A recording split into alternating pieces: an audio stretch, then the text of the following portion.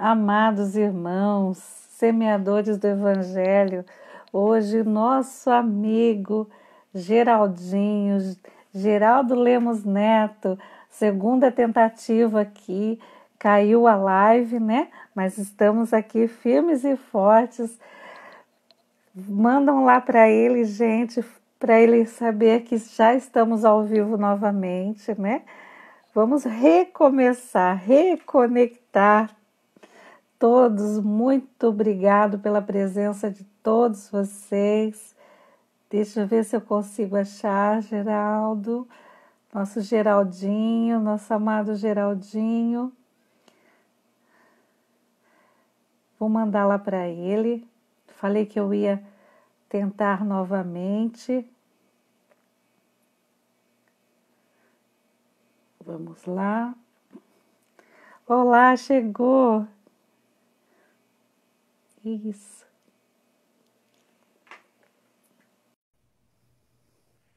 Tomara que dê certo dessa vez.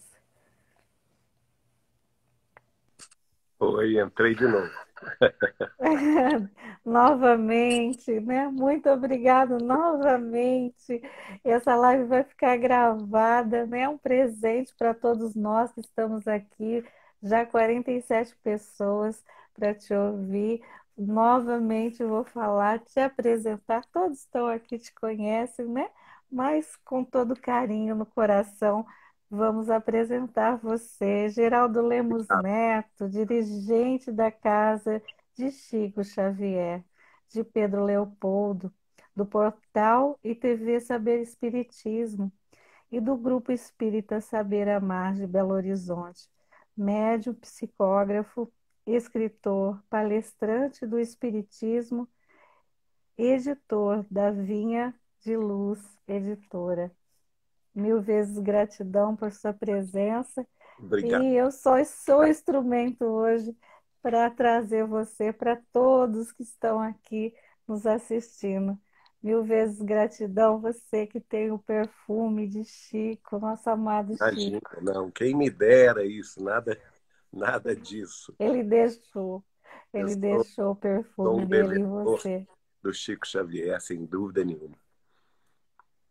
Mas E hoje vamos. agradeço o carinho aí do Eu que Pérolas agradeço. do Evangelho, de você, Elizabeth, e todos que estão conosco aqui nesta live através do Instagram. É um tema bastante palpitante, né, que nos toca fundamente ao coração, que é o tema da psicografia de cartas consoladoras. Muita gente vai dizer que Chico Xavier somente fez o trabalho de cartas consoladoras a partir de sua ida a Uberaba, o que não confere com a realidade. Nossa família, a família materna, do meu lado materno, que é a família Machado, talvez que foi uma das primeiras famílias agraciadas com as cartas consoladoras de Chico Xavier, porque desde 1927 ele começa a receber para a minha avó, minha bisavó e meus tios avós da família Machado, né? A minha bisavó Georgina Cândida Machado era a melhor amiga da mãe de Chico Xavier, Dona Maria de São João de Deus. E ela tinha uma tia chamada tia Margarida Soares, que em 1915 havia desencarnado pela queda de um cavalo na cidade de Sabará. E logo quando Chico, aos 17 anos de idade, começa a psicografar em Pedro Leopoldo, no Centro Espírita Luiz Gonzaga, que ele havia fundado em 1927, portanto ele tinha 17 aninhos apenas, ele começa a receber as mensagens de tia Margarida, que pela profundidade das mensagens denotam um espírito muito elevado. E ela consola a sobrinha, que é a minha bisavó, Georgina, e os meus tios avós, minha avó Carmen, minha tia-avó Adélia, meu tio-avô Zeca, meu tio-avô João, meu outro tio-avô Walter, a tia Pazinha, todos eles, ela manda mensagens consoladoras. Nós guardamos, temos essa felicidade de ter os originais dessas mensagens. Elas estão sendo, inclusive, escaneadas para serem publicadas num blog. E na década de 80, nós reunimos as orientações espirituais de tia Margarida e colocamos num livro editado pela União Espírita Mineira, se não me engano, em 1987, que se chama Aceitação e Vida. E o Chico ainda dá o foco do livro, que ele diz, pede a presidente da União Espírita Mineira, dona Neném Aluoto, também uma mulher de grande valor, para fazer o prefácio do livro, porque este livro era dedicado à mulher avó, à mulher mãe, à mulher irmã, à esposa e também àquela companheira dos ideais espíritas cristãos. É um livro muito lindo que recomendo a todos, editado pela União Espírita Mineira. Aí nós vamos ver também no nosso contato com ele, minha tia-avó Adélia, ela era 10 anos mais velha que o Chico, ela havia nascido no dia 21 de abril de 1900 e em 1941 ela perde o filho mais novo, William. O nome dele era William Machado de Figueiredo. E ele havia sofrido um problema no pé, porque ele tinha entrado, naquela época chamava tiro de guerra, que é o serviço militar obrigatório naquela ocasião. Ele tinha 18 aninhos de idade e, naturalmente, nos exercícios militares, ele infeccionou o pé, talvez pisando num prego, né?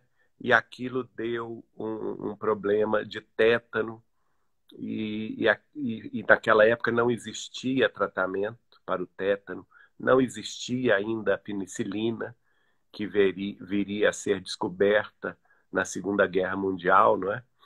E aquela gangrena começou a apodrecer o pé dele, depois a perna. Ele teve um longo sofrimento, não é? Minha mãe conta, ele era primo de minha mãe, né? Minha mãe conta que nas visitas que se fazia à casa de tia Adélia, que ele ficou em Pedro Leopoldo, era de se notar o mau cheiro que exalava do quarto do William. E ainda antes de completar os 19 anos de idade, ele desencarna.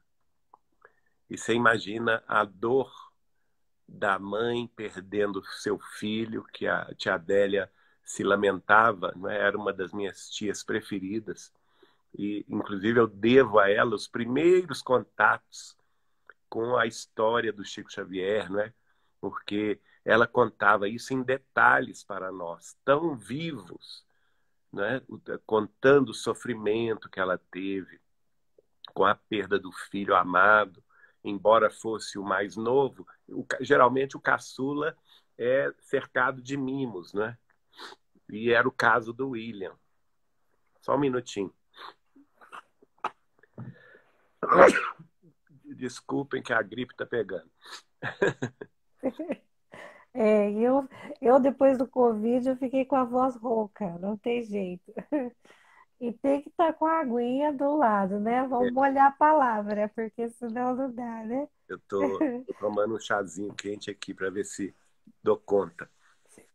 É. Mas aí, Oh, e tá aqui, né, gente, com a gente, mesmo gripado, esse não, nosso mas é uma Geraldinho. alegria, né? A gente tem alegria É. de dar o testemunho. Então, A alegria é toda nossa, a tia Adélia toda nossa. dava o apoio espiritual que o Chico dava a ela. Porque o Chico acompanhou toda a doença do William. O Chico residia, né, nessa época em Pedro Leopoldo, acompanhou o enterro do William na cidade de Pedro Leopoldo. E tia Adélia, então, voltou a residir, depois da morte do filho, voltou a residir com a família em Belo Horizonte. E o Chico tinha todo o cuidado de ir até o cemitério de Pedro Leopoldo e colher flores que os familiares haviam plantado no seu túmulo. Ele as secava e com aquelas flores, aquelas rosas, aqueles amor perfeito, violetas, ele secava aquelas flores e fazia com elas cartões. E nós temos esses originais dos cartões de Chico, consolando a tia Adélia e falando com ela: Adélia, estive no túmulo do William e colhi estas flores para você. E o espírito dele me disse que ele continua ao seu lado como bastão de arrimo de sua vida. Não esmoreça no trabalho do bem, no seu testemunho de esposa, de mãe, de avó abnegada e justa, né? Continue. E são muito lindas as cartas do Chico também para ela, dando a ela estímulo. E ela escrevia de volta. E a bênção, que como ela guardou tudo isso veio parar nas minhas mãos, né? E, inclusive, aí, a partir de certo momento, o Chico começa a psicografar as mensagens do William. E no total, Elizabeth, foram 33 mensagens consoladoras, até o dia que ela própria desencarna, em julho de 1981, aos 81 anos, né? E ela então vai, ela própria depois, com a minha presença em Uberaba, no Grupo Espírita da Prece, ela vai escrever através do Chico, dando o seu próprio testemunho.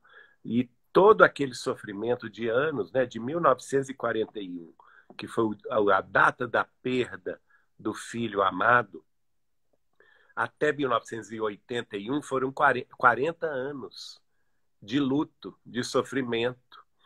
E nesses 40 anos ela foi sustentada pela bondade do Chico, pela presença do Chico Xavier constante, através de cartas, cartões, telegramas, e também na presença física, que como ela morava em Belo Horizonte, ela ia sempre a Pedro Leopoldo e vice-versa. O Chico também ia sempre a Belo Horizonte e eles sempre estavam juntos. E aí, quando eu conheci o Chico, né, mais ou menos nessa época, aliás, eu acho que ela desencarnou em 1982, porque foi depois que eu conheci o Chico.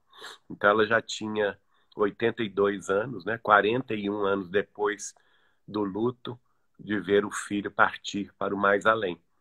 E aí, então, o Chico vai nos indicar o trabalho de fazer o primeiro livro. Foi o primeiro livro com o qual nós tratamos com Chico Xavier para a publicação, que, tendo em vista essas mensagens do William, através da psicografia do Chico, dizendo que o William era o bastão de arrimo da tia Adélia, não é?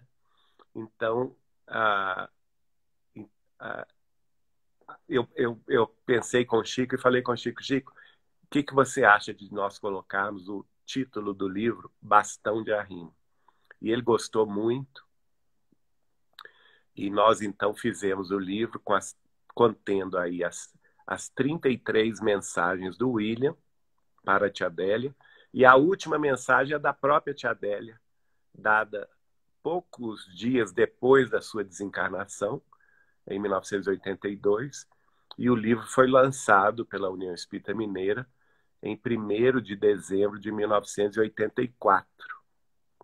E foi um livro que nos confortou muito o coração, porque é a beleza das mensagens confortadoras, consoladoras, mostrando que a vida continua, porque o William opina sobre os outros irmãos que eram ainda jovens e encarnados na época, né? As lutas que a tia Adélia tinha com o esposo, as lutas que ela tinha com o irmão do William mais velho, seu filho mais velho, que dava muita dor de cabeça para ela. Então, mostrando assim que os entes queridos que partem para o além estão presentes na nossa vida, né? E aqueles que têm condição feito o William tinha, de amparar aquela família, né? Ele não se fazia de rogado, ele estava lá amparando, falando da proteção de Dr. Bezerra, de Menezes, da presença de Emmanuel também, auxiliando-a. Ela foi uma grande palestrante do Espiritismo em Belo Horizonte, fazia também estudos doutrinários, participava ativamente da União Espírita Mineira, da Casa Feminina Casa de Betânia, né, da instituição feminina de caridade da União Espírita Mineira, que era a Casa de Betânia. Era grande amiga também de luminares aqui do Espiritismo, de Belo Horizonte, de Minas Gerais, como o professor Cícero Pereira, como o Pascoal Comanducci, como Dona Paulina Kemper Borges, como também luminares como o senador Camilo Rodrigues Chaves, que trabalhou também junto com Chico Xavier, né? Efigênio Sales Vitor. Então, ela teve uma atuação muito grande. E aí vem a história por trás do sofrimento, que eu acho que nós todos temos que raciocinar, porque todos somos espíritas cristãos. Nós temos o Evangelho de Jesus nas mãos, não é? Já há 2000 anos. No Evangelho de Jesus está claro: a cada um será dado segundo as próprias obras. E só esta frase do Cristo já seria suficiente para nos consolar. No entanto, nós, na vida humana, nesses últimos 20 séculos, fomos muito, vamos dizer assim, rebeldes, né?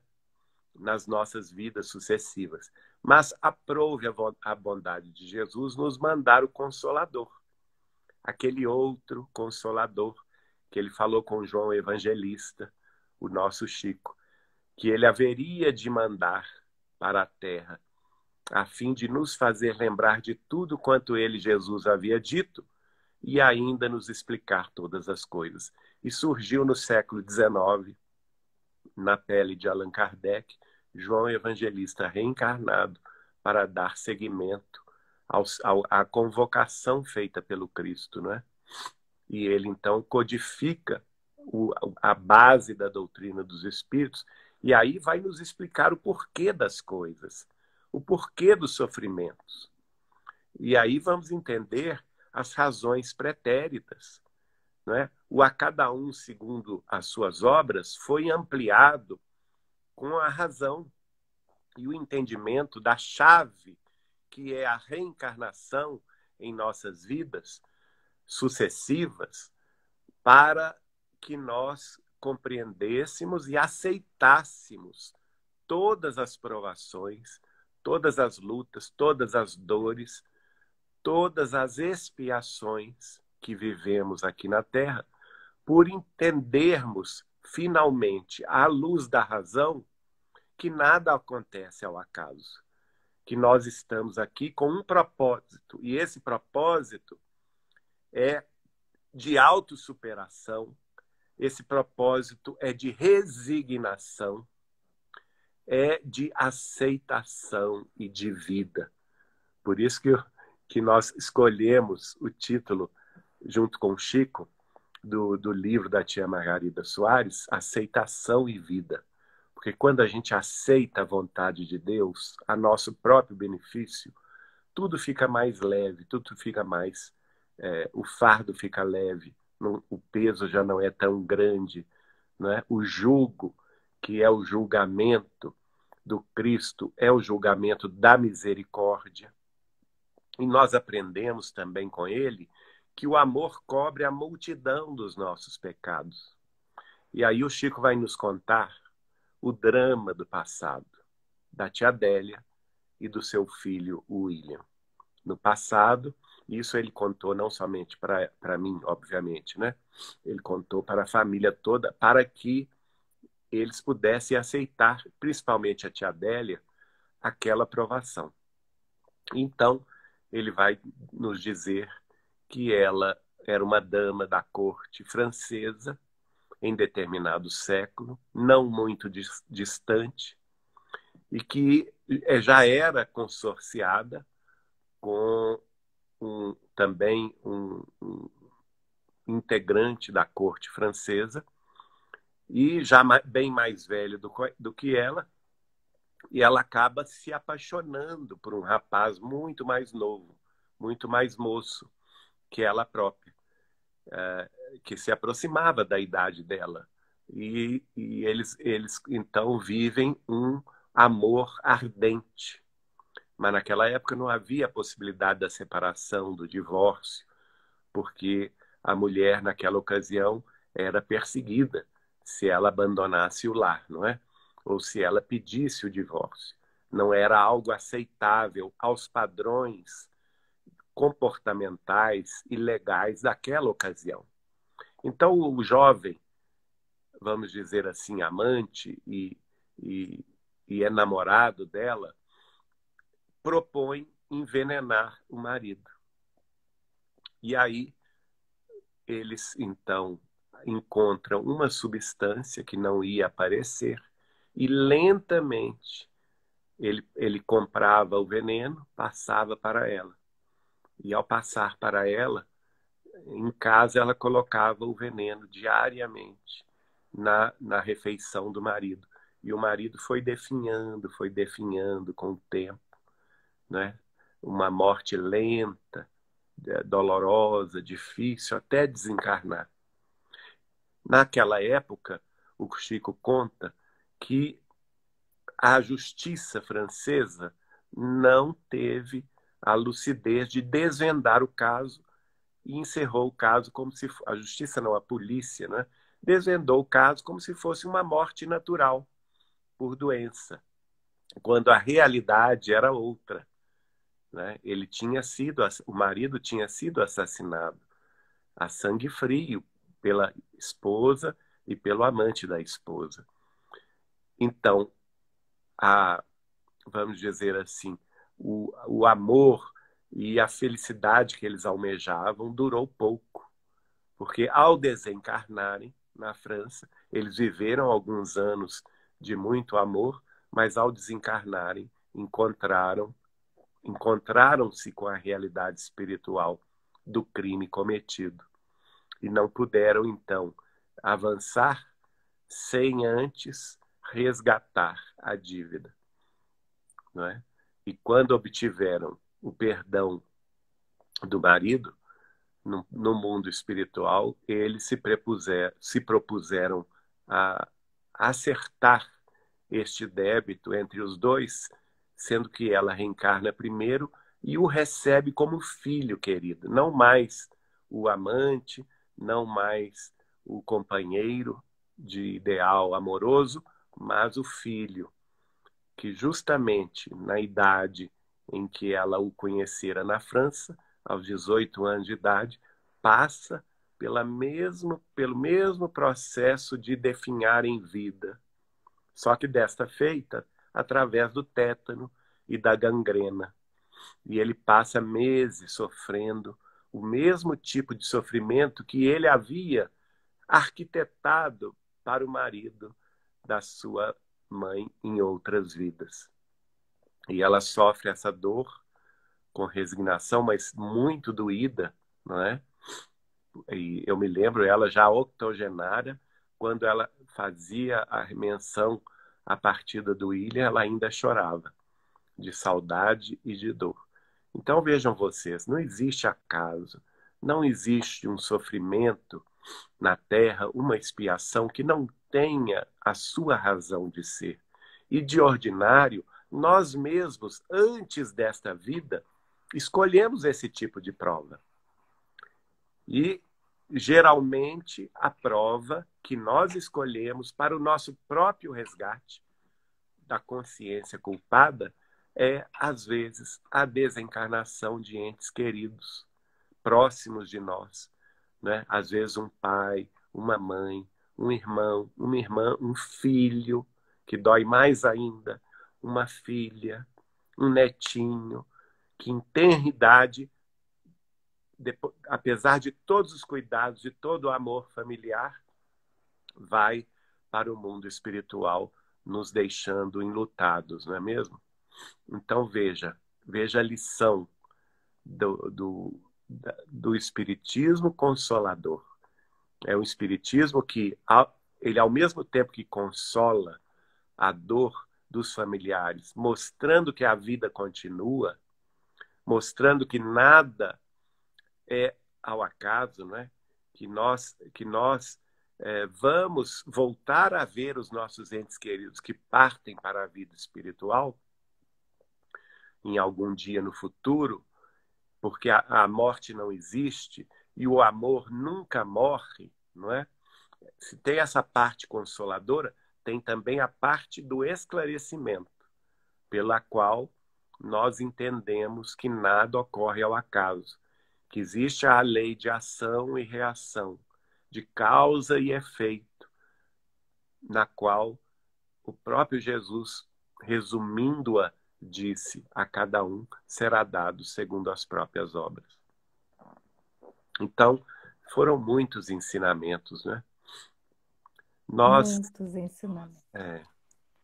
a gente viver e conviver com Chico, eu tive a graça de, por mais de 2 décadas, ter essa alegria, era, eu diria que uma universidade do espírito, porque, de fato, não era nenhuma universidade na Terra, porque não tinha disciplinas terrestres, não tinha professores terrestres, mas tinha um sábio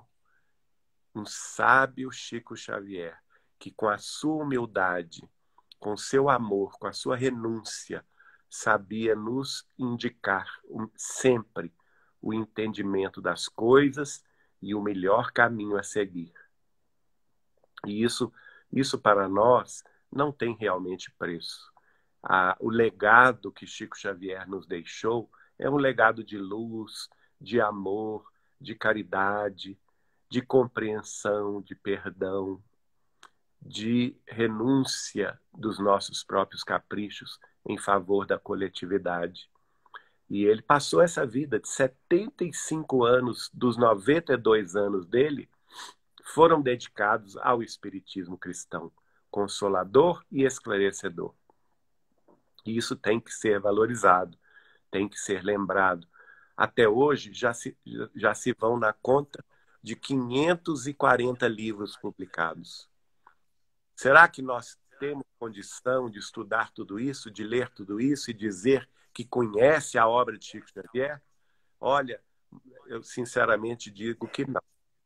Nós ainda vamos demorar séculos para entender, estudar os mínimos detalhes dessas obras, que são verdadeiros postes de luz na estrada de nossa vida.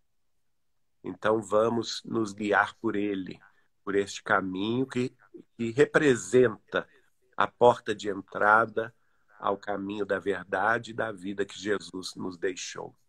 Só por ele vamos nos elevar dos sombrios e dos tristes caminhos humanos.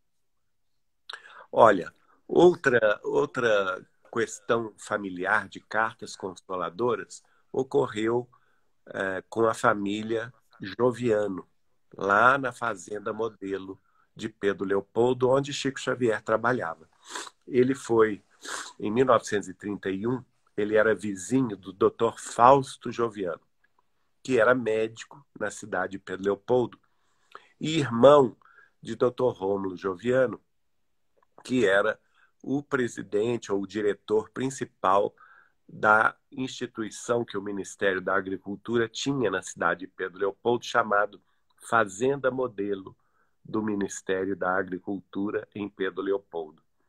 E era uma fazenda dedicada à pesquisa animal, à pesquisa do rebanho bovino, do rebanho também ovino, a produção de leite e derivados. O Dr. Rômulo era doutor em agronomia pela Universidade de Edimburgo, na Escócia. E justamente em 1927, ele fora transferido para presidir a Fazenda Modelo de Pedro Leopoldo. Ele era do Rio de Janeiro, tinha se convertido ao espiritismo por influência de sua esposa, Dona Maria Amorim Joviano, que em 1910, vejam as datas, em 1910, ou seja, ano do nascimento de Chico Xavier, ela era ainda solteira e passava por uma provação de uma doença grave e incurável. E foi curada pelo médium português Inácio Bittencourt. O Inácio Bittencourt tinha emigrado de Portugal, era um médium, assim como Chico Xavier, de psicografia. Ele recebia mensagens do além e mensagens também homeopáticas, receitas homeopáticas.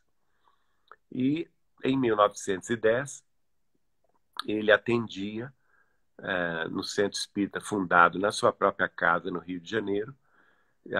Algumas pesquisas, por exemplo, do João Marcos Veguelin Vieira, que é um grande pesquisador do Rio, que ele inclusive publicou A Vida de Inácio de Bittencourt, Inácio Bittencourt, que vai fundar o maior jornal espírita do Brasil na primeira metade do século XX, que é o jornal Aurora. Ele chegou a ter a circulação de 50 mil exemplares de 15 em 15 dias. Depois virou semanal. E só parou de circular quando Inácio Bittencourt faleceu em 1944.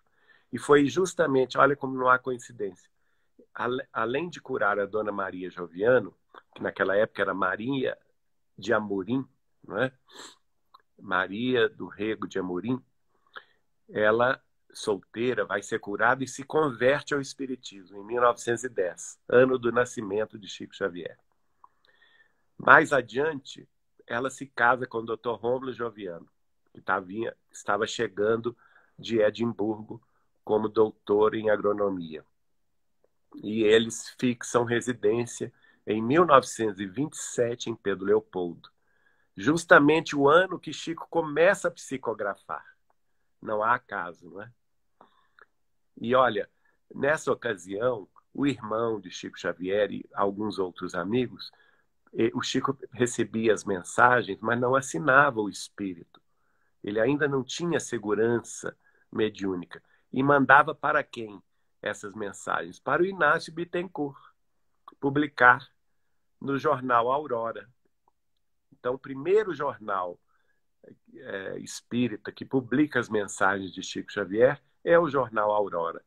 Nós conseguimos reuni-las no livro Aurora de uma Vida entre o Céu e a Terra, de edição da Vinha de Luz Editora, pelo João Marcos Veguelin Vieira, não é? Esse pesquisador que encontrou essas belezas todas. Temos também o livro Lições para Angelita, que são as mensagens para as crianças, do espírito de João de Deus, que havia sido perdido no Rio de Janeiro, e assim outros livros.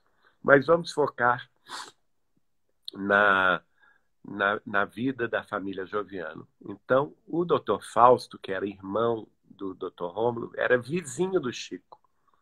E ele ficava observando a luta do Chico. O Chico estava em 3 empregos, pequenos empregos, na venda, na farmácia, na fábrica de tecidos. E ele era o único que trabalhava numa família de 17 integrantes.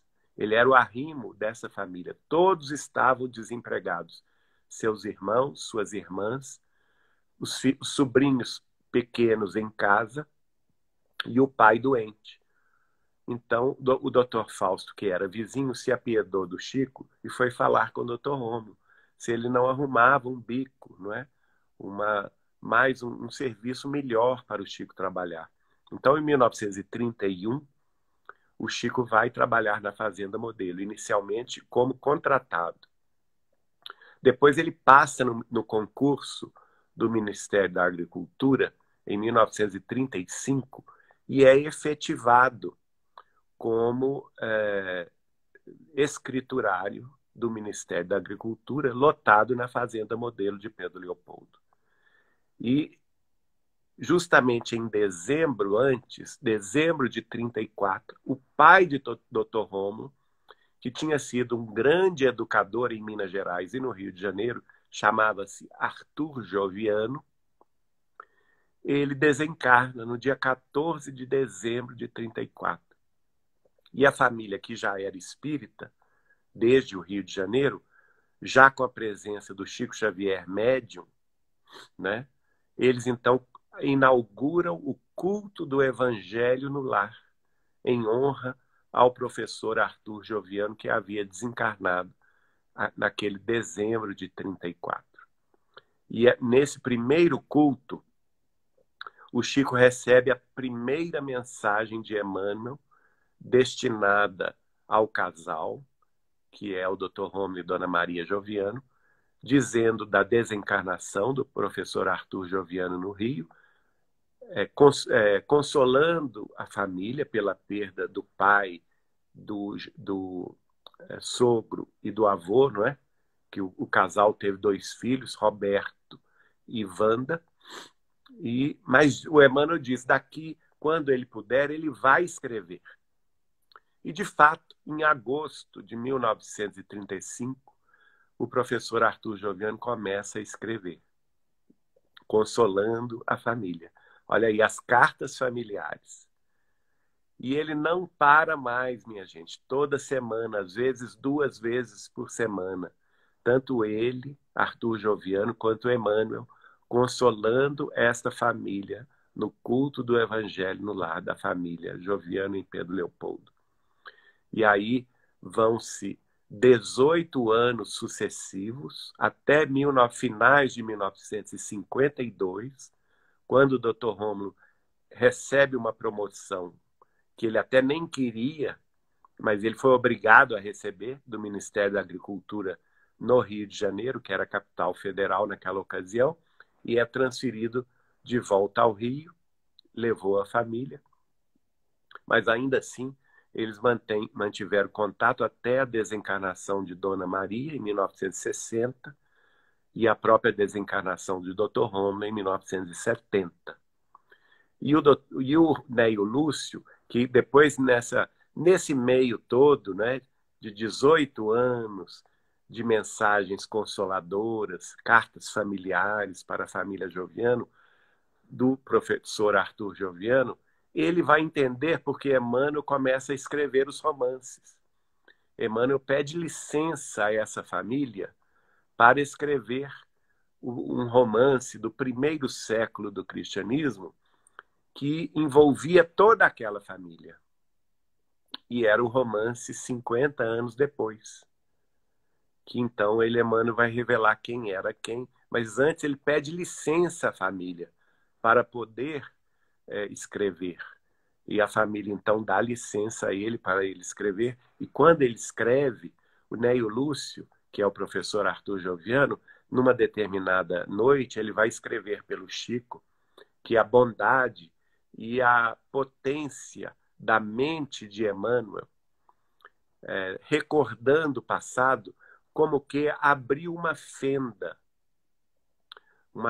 no tempo e no espaço, fazendo-os relembrar as personalidades já rotas pelo século sem fim. E ele então se reconhece como Neio Lúcio, o avô de Célia Lúcius e o pai do senador Elvídio Lúcius, que é então o Dr. Rômulo Joviano, né? E sogro também da Dona Alba Licínia, que é a Dona Maria Joviano. Então ele vai explicando tudo isso. Depois Emmanuel vai escrever o livro Renúncia. E novamente a família espiritual se reconhece. O professor Arthur Joviano, que é o Neio Lúcio, no romance Renúncia, vai se reconhecer como o educador Jacques Duquesne Davenport. O Dr. Rômulo como Cirilo Davenport, Dona Maria como Madalena Villamil, e assim sucessivamente. E o mesmo espírito iluminado, que é benfeitor dessa família toda, que nos 50 anos depois é Célia Lúcius, reencarna no Renúncia, envergando a personalidade de Alcione. E nesses cultos do Evangelho no Lar, numa das ocasiões, ela fala através do Chico.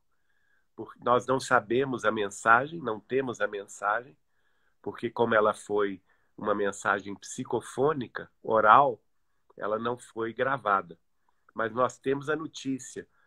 Uma semana antes, o professor Arthur Joviano falando que ela viria na semana seguinte falar para aquela família, não é? E através do Chico, e o próprio Emmanuel, 15 dias antes, pedindo oração, jejum e vigilância para que o espírito tão elevado pudesse se aproximar daquele ambiente bucólico de Pedro Leopoldo.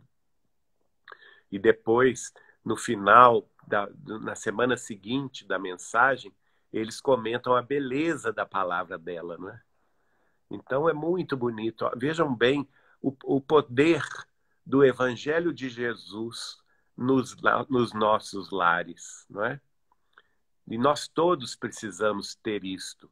Nós, principalmente nós que passamos pela provação de ver entes queridos transpor os umbrais da morte e nos deixar num rol de saudades e tristezas, de lágrimas e, às vezes, até desesperos, nós temos que nos fixar, né, no bastão de arrimo do Evangelho de Jesus, em nossos lares, para que os nossos lares se convertam em colunatas de luz, espalhando luz e amor, caridade e compreensão, aceitação e renúncia em redor dos nossos passos. Foi isso que a família Joviano demonstrou. Quem quiser conhecer essa saga, são livros de mais de 700 páginas, né? Sementeira de Luz, Sementeira de Paz, Colheita do Bem, Pérolas de Sabedoria, Instruções para a Vida, tudo de Neio Lúcio, e de Emmanuel, o livro Deus Conosco e Iluminuras. E ainda tem o livro Militares no Além e Militares com Jesus, e o livro também de Espíritos Diversos, Depois da Travessia. Tudo isso, mensagens, cartas consoladoras, psicografadas pelo Chico, no decorrer desses anos todos em Pedro Leopoldo. A última delas, datada de 1960. Então, desde 1934 até 1960, nós temos aí 26 anos, né, de instruções espirituais através do Chico. E, graças a Deus, com a orientação dele próprio, através da família Joviano na Terra, representada pela Wanda de Amorim Joviano, que está entre nós aqui na Terra até hoje, já vai para 97 anos, se Deus quiser, em novembro, no dia 4 de novembro, e está através de sonho também comigo, que ele nos coloca em contato, logo depois que ele desencarnou, e tivemos essa alegria, não é? Então vejam, as cartas consoladoras são reais, são mensagens de luz, de paz, de reconforto, de amor, que os nossos entes queridos nos deixam, porque o amor nunca morre. Graças a Deus, nós tivemos na minha própria família, a família Joviano, como na família, aliás, minha própria família, a família Machado, e como na família Joviano, da nossa Wanda, essas demonstrações, como em outras inúmeras famílias de Belo Horizonte, com as quais convivemos, por exemplo, a família de Dona Neném Otto Beruto, que presidiu a União Espírita Mineira de 1962 a 1995 por 33 anos consecutivos, e que teve 60 anos de amizade com Chico Xavier, de 1942 até 2002, quando ele desencarna. Dona Neném passa no início da década de 70 por uma provação na família terrível, porque a sua irmã, com 2 de suas sobrinhas e todos os seus netos, no total de 8 pessoas da família Luoto, desencarnam de uma vez só, num desastre aéreo. num avião que retornava do Espírito Santo para Belo Horizonte. E vejam bem que luta, não é? Que dor, que provação Que dor. esta família passou. E, no entanto, a própria dona Paulina Aluoto vai voltar pelas mãos de Chico Xavier, e também as suas duas filhas vão voltar pelas mãos de Chico Xavier, consolando os Aluoto, consolando Dona Neném e demonstrando que a vida continua e que aquilo tudo havia sido uma desencarnação programada pela vida espiritual superior, não é? E ela ainda conta um Sim. detalhe na carta consoladora, muito interessante, que é o seguinte: eles tinham ido num mesmo avião, toda a família, incluindo o marido dela e um filho e um netinho. Só que na volta, o marido não ia com o filho e o netinho. Aliás, o marido não ia, mas o filho com o netinho ia. E na volta, ela fala com o filho e com o neto: não, vocês não vieram comigo, portanto, não vão retornar comigo. Ela fala isso no aeroporto de, se não me engano, em Vitória ou Guarapari. E eles até não entendem, porque eles tinham ido juntos no mesmo avião. Eles não entendem isso. Mas como, mamãe? Eu vim com a senhora? Não, não, não. Agora volta comigo quem veio comigo. E só permitiu a entrada no avião das duas filhas e das netas. E os filhos, os homens ficaram. E na mensagem que ela escreve através do Chico, ela vai dizer que, embora a família não entendesse aquela postura dela, mas ela estava se referindo ao planejamento espiritual daqueles que tinham vindo com ela para desencarnar com ela no desastre de avião. Por isso que ela não permitiu que o filho e o neto, que não tinham o resgate nesse campo, não embarcasse no avião. Olha que coisa. Então, só o É Chico, lindo. só através do É, Chico que belezas surgiram, não é? muitas belezas surgiram, né? E depois do Chico também, com todas essas lives que você faz, esses vídeos que você posta falando sobre ele, né? Só gratidão na nossa alma a todos que estão aqui presentes. Quase terminando, ai, que pena, né? A Deixa eu, live é ruim por causa disso, né? por causa do. Mas eu deixo Tem você mais um casinho terminar. muito, muito bonito também, que é Hum. da família de Martins Peralva, um grande escritor, palestrante espírita, natural do estado do Sergipe. E ele era natural da cidade de Buquim, no interior de Sergipe. Depois se fixou com o pai e a família na cidade de Aracaju, onde, desde pequeno, ele era espírita, porque ele acompanhava, o pai era médium de cura, era espanhol, Basílio Peralva, que veio da Espanha, não é? E era médium de cura. E eles vão para Aracaju, ele se fixa em Aracaju, o pai retorna ao mundo espiritual, ele se torna, aos 18 anos de idade, presidente da União Espírita Sergipana, inclusive sucedendo ao ex-presidente Lívio Pereira da Silva. E aí o Lívio desencarna de tuberculose, e por isso mesmo Peralva assume a presidência da União Espírita Sergipana com 18 anos. Ele se casa com Dona Jupira, tem a primeira filha, e em 1947 mudam-se para Belo Horizonte, porque ele também contrai a tuberculose. E naquela época não existia cura para a tuberculose. E ele vai para Pedro Leopoldo conhecer Chico Xavier pela primeira vez.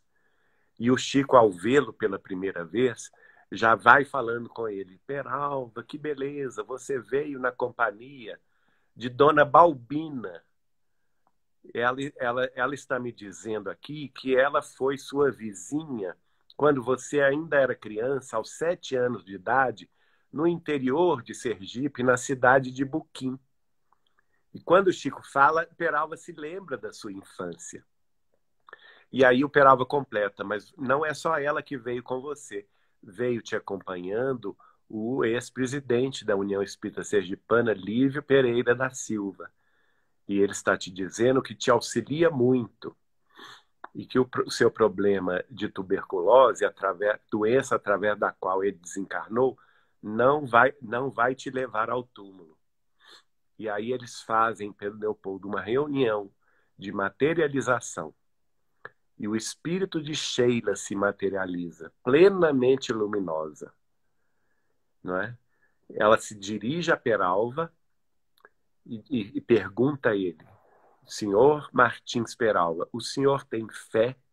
E ele responde ao espírito materializado, tenho sim, senhora. E ela então fala com ele, dá-me licença que vou lhe abrir o paletó. E as mãos do espírito abrem o paletó de Peralva, desabotoam os botões da camisa, ela põe assim a mão para cima, o Peralva vê se materializar na mão dela uma cuia, ela levanta ainda mais a mão, ora pedindo a bênção de Jesus. E naquela cuia se materializa um líquido. E ela então joga de repente aquele líquido na face do Peralva, e aquele líquido entra nele e entra também nos pulmões dele, e ele sente os pulmões se abrindo.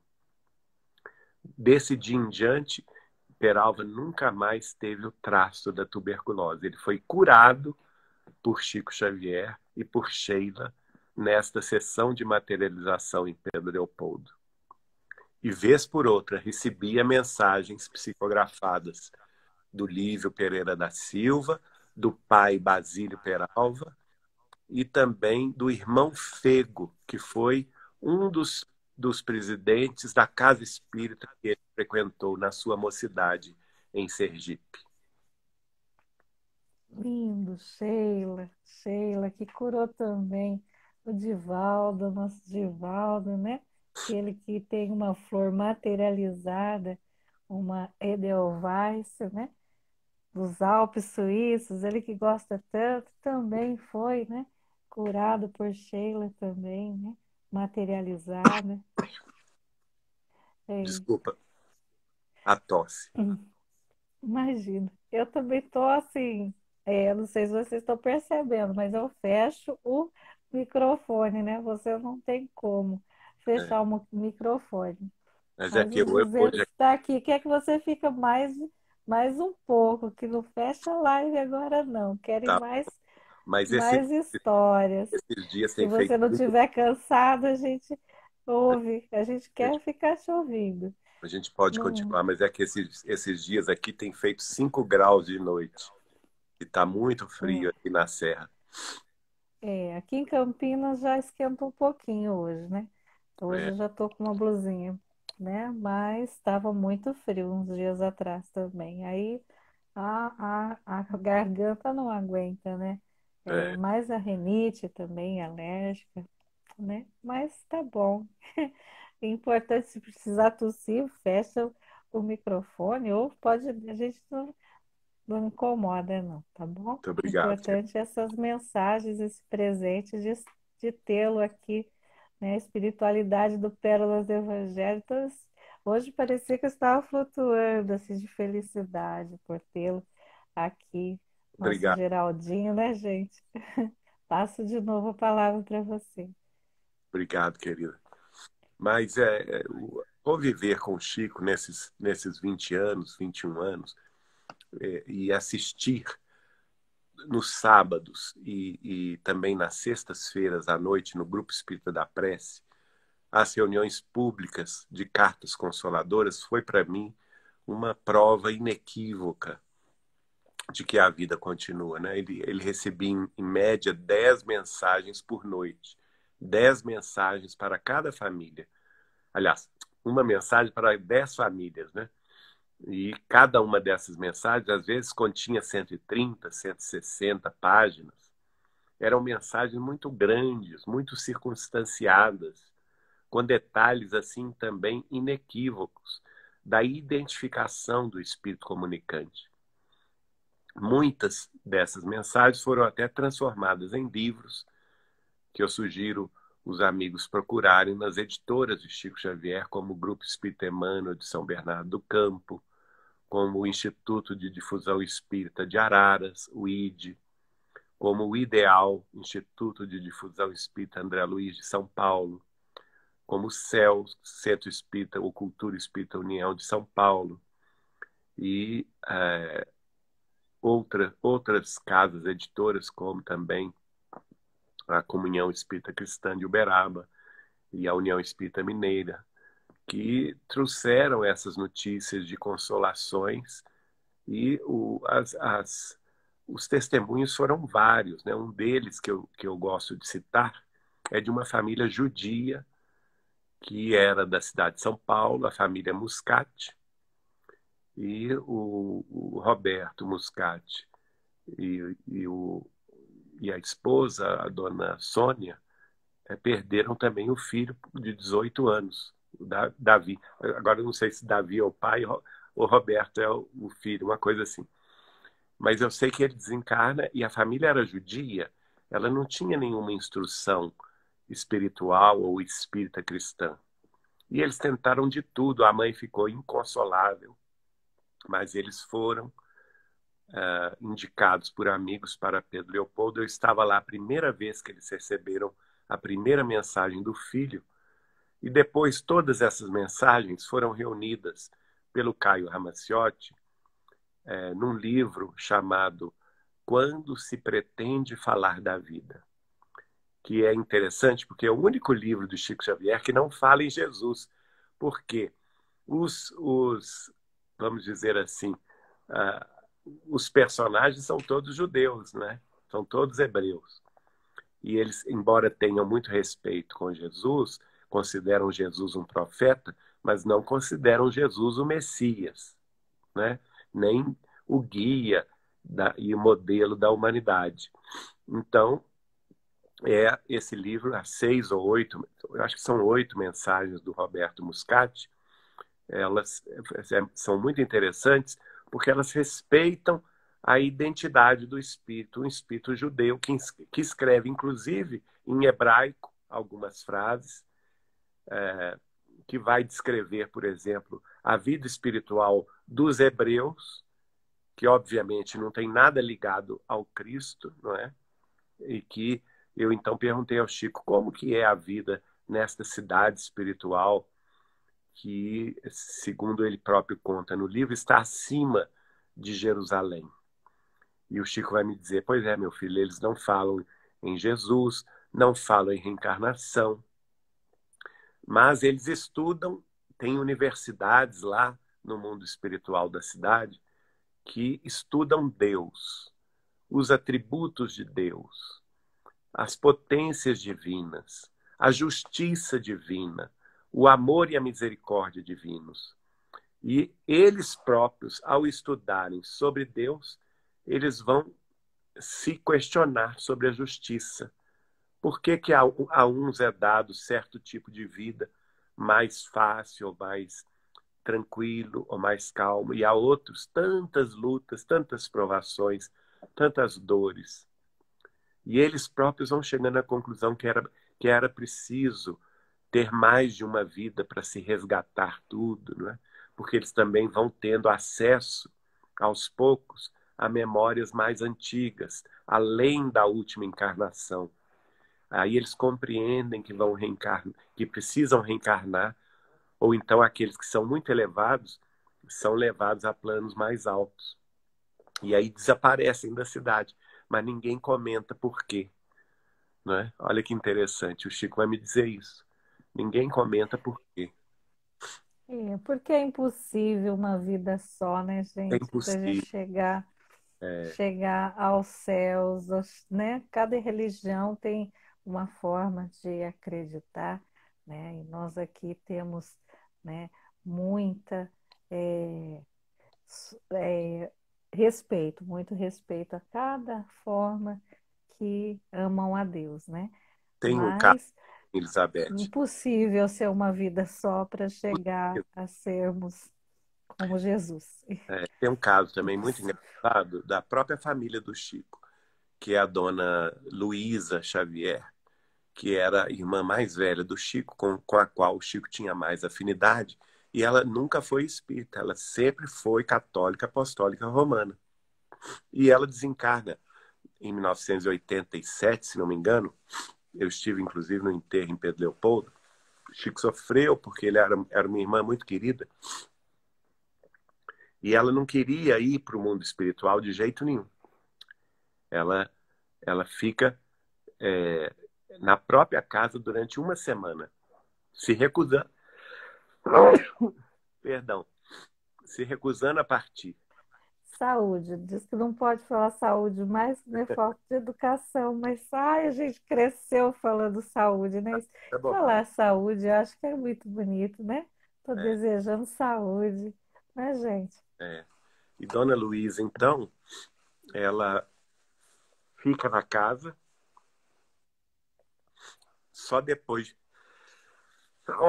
desculpem, só depois de muita luta, com a influência de Sheila, da mãe dela e do irmão José Xavier, é que ela decide partir. E ela vai para uma cidade católica. Desculpa. Ela vai para uma cidade católica e ela descreve nas mensagens que ela escreve para o Chico, ela conta tudo isso. Está no livro Depois da Travessia. E ali na cidade católica ela vê padres, ela vê igreja, tudo como catolicismo. Então, a evolução não dá saltos e Deus não violenta a consciência Não. das suas criaturas. Ele respeita cada qual no ponto de entendimento em que se encontra. E todo mundo desejando saúde para Muito obrigado. você. Eu agora não consigo seguir mais por causa da gripe, mas eu agradeço a vocês, a paciência de vocês, aqui com o meu estado gripal, pedindo a Jesus que nos abençoe e nos guarde hoje e sempre. E terminou, né, gente? Ah, que pena, né? E hoje, assim, falando sobre as cartas de Chico, eu vou declamar assim. É uma carta para você e Chico, mais de uma música, né? Que na outra live cantaram. E nessa eu vou declamar para você e Muito Chico e obrigado. todos que estão assistindo. Tem um olhar aqui. Vai como um vento numa campina, desliza na relva verde e vai subindo pela colina. Todas as folhas secas viram tapete aqui neste chão, nos pés desse homem bom, que só tem amor no seu coração. Vê outra madrugada que vem chegando, fala com os passarinhos, brinca com as flores, vai meditando. Ele é mensageiro da alegria e jamais da dor. Quer a felicidade da humanidade, seja onde for. Ele é uma pessoa que ama e perdoa e não vê a quem. Anda pelos caminhos levando a paz, ajudando alguém. Por todos os lugares, cruzando os mares, fazendo bem. Ele é um homem bom. Distribui amor e tudo que tem. Cheio de amor e fé. Ele é o nosso irmão. Aquele grande amigo que no perigo estende a mão. Tem um olhar, acalma, tem luz na alma, e na sua voz tem sempre uma palavra de amor e paz para dizer a nós. Tudo sabe o que diz o livro sagrado e tudo o que ele ensina. Em seu coração ele tem guardado. Quem sabe o nome dele? Se é Pedro, ou Paulo, ou se é João. Só sei que é um homem bom, porque tem Jesus no seu coração. Ele é uma pessoa que ama e perdoa e não vê a quem. Anda pelos caminhos, levando a paz, ajudando alguém. Por todos os lugares, cruzando os mares, fazendo bem. Ele é um homem bom, distribui amor e tudo que tem. Jesus o abençoe grandemente, Obrigado, irmão querido. querido. Abençoe seu Obrigado lar, pelo o, carinho de todos. o envolva com um abraço que todos os 47 e os 200 que passaram aqui gostariam de te dar nesse momento, que é a espiritualidade amiga, Muito obrigado. espiritualidade do Pérolas do Evangelho. Te abençoe grandemente. Assim Meu seja. muito obrigada. Eu li com muito carinho aí as mensagens de saúde, de recuperação. Muito obrigado a todos que estiveram conosco. Muito obrigado pela música em poema que você Gratidão. indicou ao Chico. E a E a gente. você? E quem sou eu, né, para merecer tudo isso? Mas eu estou muito grato Merece. e que Deus nos abençoe nesta noite. Assim seja. Gratidão. Assim seja.